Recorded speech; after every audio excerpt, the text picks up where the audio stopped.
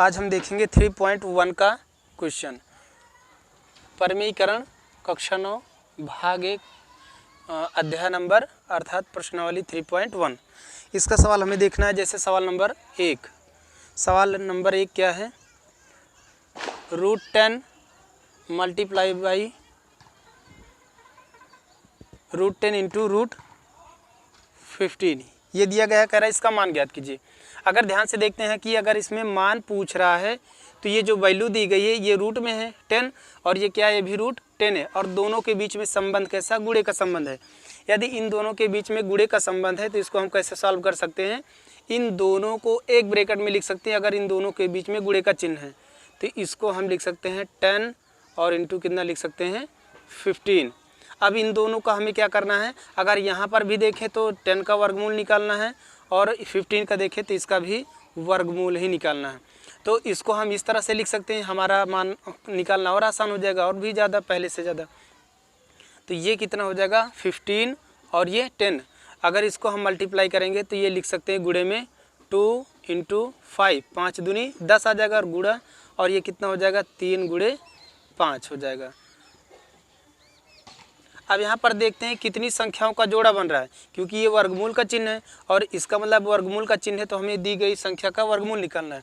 तो यहाँ पर किसका जोड़ा बन रहा है, 5 और ये 5, इन दोनों का जोड़ा बन रहा है। तो इसको हम कैसे लिख सकते हैं 2 इंटू 3 ये वाला, और इसका दोनों का जोड़ा नहीं बन रहा और गुणे ये कितना हो जाएगा 5 गुणे 5, ये 2 बार 5 है ना, तो दोनों को एक साथ लिख लिए। अगर दोनों को हमने एक साथ लिख लिया जैसे यहाँ पर लिखा गया है, यहाँ पर क्या हो जाएगा 5 मल्टीप्लाई बाई 5 3 इंटू 2, इन दोनों को एक साथ लिख करके इन दोनों का अगर जोड़ा बन रहा है दोनों में से एक कॉमन हो जाएगा तो इसका वर्गमूल निकल जाएगा। इसको गुणे करके ऐसे हम लिख देंगे तो ये कितना हो जाएगा 5, इसका वर्गमूल निकल जाएगा और 3 दूनी 6 रूट, ये आपका आंसर हो जाएगा। ये आ जाएगा 10 √15 इक्वल टू कितना हो जाएगा, ये आंसर। ये पहला क्वेश्चन था 3.1 का है।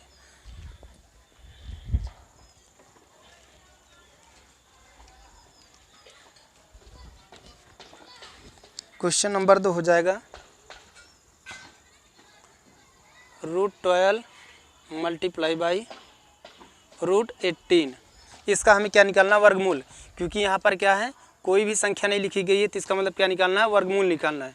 तो अगर 12 का वर्गमूल और गुणे 18 दोनों का वर्गमूल निकालना है और दोनों के बीच में क्या है, गुणे का चिन्ह है, तो इसको हम लिख सकते हैं 12 गुणे 18 और 12 गुणे 18 लिख सकते हैं। तो ये 12 गुणे 18 का गुणनफल कितना हो जाएगा 2 गुणे 2 गुणे 3, क्योंकि गुणा करने पर आना चाहिए तो 2 दूना 4 यहीं 12 वापस आ जाएगा। और 18 को हम क्या लिख सकते हैं 2 इंटू 3 इंटू 3, 2 तिहाई 6, 6 त्रिक 18 वापस मिल जाएगा।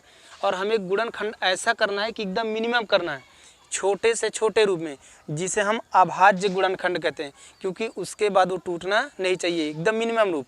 जैसे ये 3 है, 3 से ज़्यादा ये और छोटा नहीं हो सकता, 2 से ज़्यादा छोटा नहीं हो सकता। तो जिन जिन संख्याओं का जोड़ा बन रहा है उनका हम वर्गमूल निकाल लेंगे, क्योंकि जो जोड़ा बनेगा उसका वर्गमूल निकल जाएगा।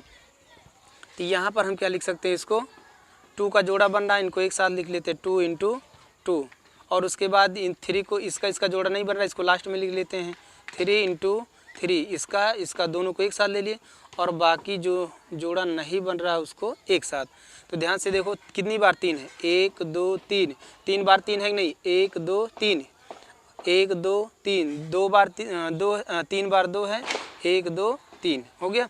अब इसका जोड़ा बन रहा है और इसका जोड़ा बन रहा है, तो इसका मतलब जिसका जिसका जोड़ा बन रहा है दोनों में से एक लिख लेंगे, इसमें से 2 में से एक लिख लेंगे और इसमें 3 में से एक लिख लेंगे। तो 2 गुणे 3, और जिनका जोड़ा नहीं बन रहा उसको हम वैसे ही रूट में लिख देंगे। जैसे यहाँ पर 2 और गुणे 3 है, इसका जोड़ा नहीं बन रहा था तो इसका गुणा करके ऐसे ही रूट में हम लिख देंगे। 3 दूनी 6, जिसका वर्गमूल निकल रहा वो बाहर हो जाएगा क्योंकि जिसका रूट बन रहा है, तो 3 दूनी 6 और ये क्या हो जाएगा 3 दूनी 6, ये आपका आंसर हो जाएगा। ये बराबर हो जाएगा √12 मल्टीप्लाई बाई √18। इन दोनों का जो रूट आएगा, हल आएगा या कह सकते हैं सॉल्यूशन आएगा, 6 √6 आ जाएगा आंसर, ये हो जाएगा। इसी तरह से क्वेश्चन नंबर 3 हो जाएगा।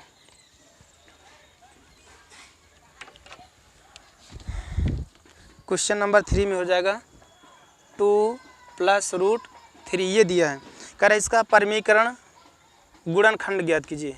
परमीकरण में क्या होता है, जैसे 2 + √3 का परमीकरण ज्ञात करना है, तो परमीकरण करने का मतलब हमारा क्या है, परमीकरण हमेशा अंश का हर का होता है, लेकिन यहाँ पर हम क्या बताएंगे आपको, परमीकरण कैसे होता है, संयुग्मी कैसे होता है, इन दोनों बातों को समझेंगे।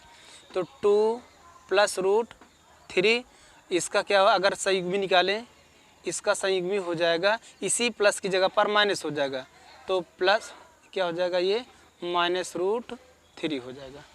ये हमारा आंसर हो जाएगा।